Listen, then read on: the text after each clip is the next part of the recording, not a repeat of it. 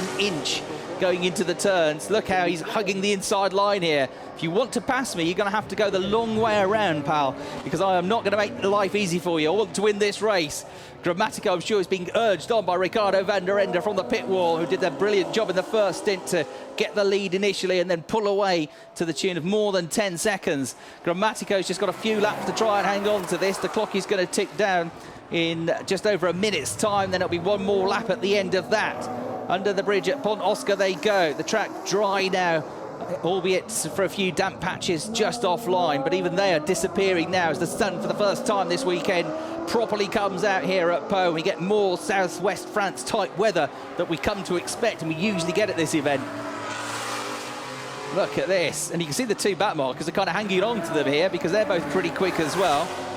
Back markers, but they are still running on the fringe of the top 10. They're battling themselves for 11th place, so that's going to be worth keeping an eye on as well.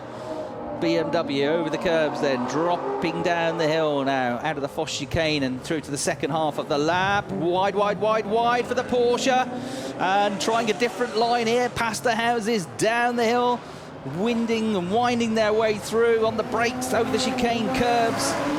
BMW under pressure again from the Porsche. He's trying absolutely everything here to get through.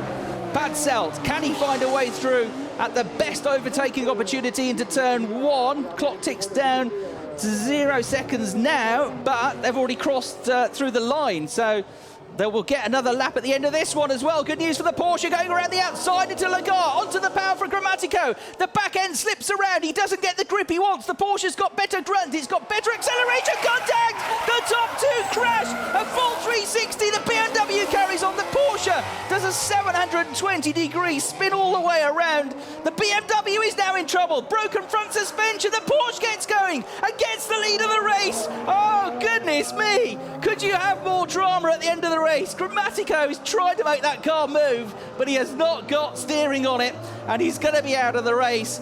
Oh, well, he didn't need 2 laps because the Porsche went through. The BMW got out of shape coming out of turn one, and then there was contact between the pair of them. Round and round went the Porsche. It nerfed the barriers a couple of times. It clipped the BMW on the way past. And I think it was as it clipped the BMW for the second time, that broke the right front steering on the car. And he went ploughing off into the barriers. He thought, yes, I've got the lead still. And a second later, the car wouldn't do what it was supposed to when he turned the steering wheel. So the Porsche goes through. And what drama here. Out of the lead of the race with just under 2 laps to go after a real battle. Andre Grammatico.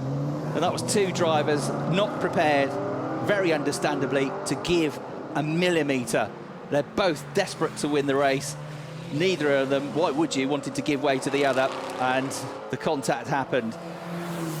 So the Porsche carries on, badly damaged at the front, but still limping on, and with a pretty healthy gap back to the car, which now turns into second place. Luke Brahms in the Chevrolet Camaro up to third place.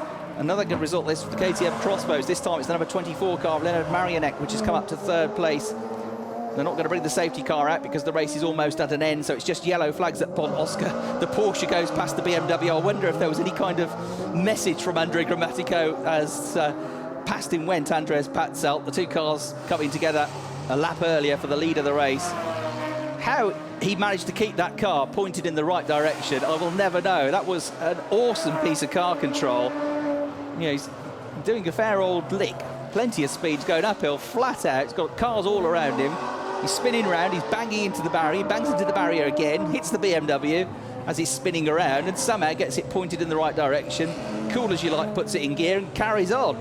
Incredible.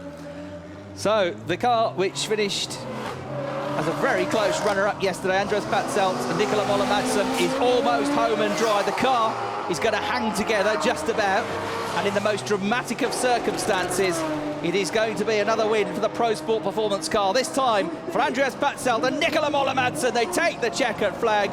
You look at the gap to second place and you think, oh, that was an easy race. It was not. What a battle that was with the BMW of Grammatico and van der Ende. Second place then goes to Luke Brahms and Duncan Hausman after their furious starts through the pack at the start of the race.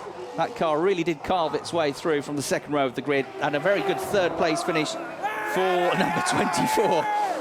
the RYS team, Hollinger car of Leonard Marionek and Tim Stupler. Team is a bit cheered on by that, as you can imagine.